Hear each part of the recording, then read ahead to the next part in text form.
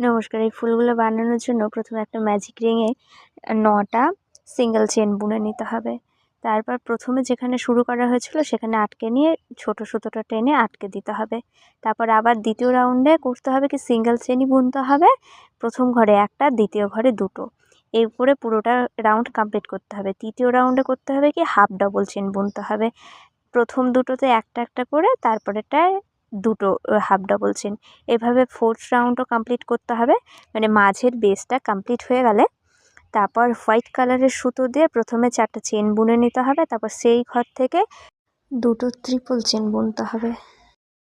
তার পাশের ঘরে আবার দুটো ট্রিপল চেন বুনে নিয়ে সিঙ্গেল চেন 3টা বুনে ওই সেই ঘরে আটকে দিয়ে এভাবে প্রত্যেকটা পাপড়ি, সাদা পাপড়িগুলো কমপ্লিট করে নিয়ে প্রথম ঘরে যেখানে শুরু হয়েছিল সেখানেই আবার এভাবে আটকে দিলেই ব্যাস হয়ে গেল এমন একটা ডেইজি ফুল। কেমন লাগছে জানিও, পাশে থেকো। অনেকটা ধন্যবাদ।